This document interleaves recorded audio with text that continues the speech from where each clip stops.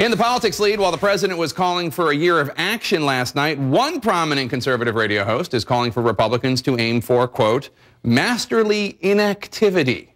Joining me now is Hugh Hewitt, host of the nationally syndicated radio program, The Hugh Hewitt Show, and author of the new book, The Happiest Life, 7 Gifts, 7 Givers, and the Secret to Genuine Success. So it's all in here. That's all you happiness need, and success. That's it. That's it. Buy this book. Home. All right, that's it. I can call it a night. So I want to get to the book in a second because it is a very fun and enjoyable read. But before I do, I obviously want to talk about the State of the Union. Okay, so let's just say you're not a fan of the current president. You write on your blog that the president's speech was, quote, forgettable, is in fact already forgotten. Yes. Is there anything that he said last night that you liked, that you applauded, other than obviously Sergeant First Class Brownsburg? Is there? I had Ted Cruz on last night. He came up with a couple things, so there must be something. No, actually, I think Ted Cruz was working overtime. I appreciate greatly the recognition of the Master Sergeant. I wish he'd gone further and said that anyone who's served 10 deployments, whether they've been as terribly wounded as the Master Sergeant has been or not, does not deserve to have their military COLA cut. I would have then applauded the president. I was over with Senator Graham earlier today talking about how to reverse this military COLA cut for people who have deployed 10 times who haven't been terribly injured. And so I thought it was wonderful they applauded him. But where was the president on the rest of the troops for whom he is the commander-in-chief, defending these men and women who've served 20 years against a Congress looking for $6 billion to spend on pork? So, no, I did think it was notable that in your hometown newspaper this morning, the Washington Post, the headline is, I am not standing still. That's a negative. And normally that's not what a speechwriter shoots for in a State of the Union. No, it's not. You also write, quote, the GOP must adopt this position of refusing to negotiate with a president who has routinely breached his every commitment to them. Now, obviously, one of the knocks on the Republican Party from, let's say, the media is that this is the party of no. Or let's say it's the Democrats, or interchangeable perhaps in sometimes.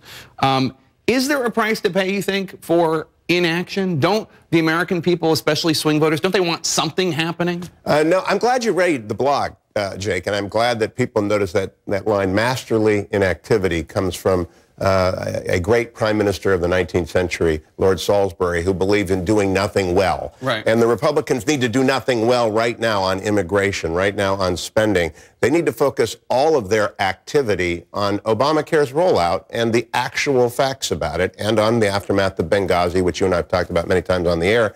They don't need to advance an immigration bill. They do not need to walk into the president's Roosevelt room and get hammered again, as happened last year during the shutdown when they thought they'd made progress and the president emerged and basically clipped them, hit him from the blind side. Speaker Boehner's been hit by the blind side so many times by the president, he probably won't ever engage in a serious conversation with him again. So I think now is the time to wait for November 14 and see what the country thinks about Obamacare and then move forward in the next Congress. Let's move forward to your book, all right, because it is enjoyable. So basically the bottom line with your book, you look back at over 10,000 interviews that you've conducted. And I have to say, you have interviewed me on my book also, which you've generously mentioned in your book, and you really prepare. You are probably one of the most prepared interviewers that I've ever encountered. You read 600-page book. I mean, it's pretty astounding. So it's not just any host talking about what they've learned. You actually listen.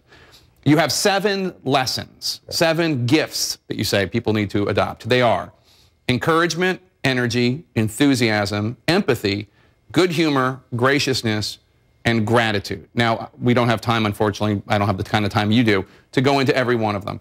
But let's pick out a few of them. Enthusiasm. Right.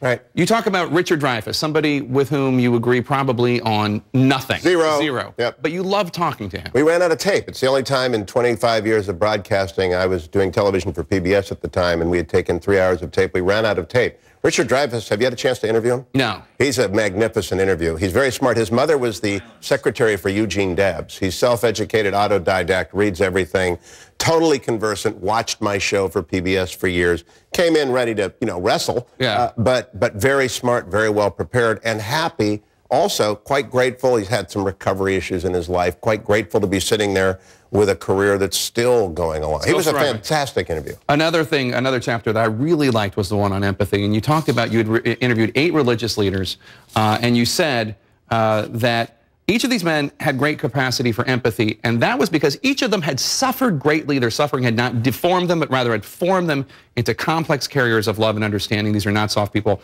The opposite, in fact. We're running out of time, but I want to say, in your experience, what makes somebody go from having this experience to a carrier of love, as opposed to having the shock and the horror deform them? I think that is because each of those individuals, Harold Kushner, who lost his son, gave me the best advice ever: show up and shut up.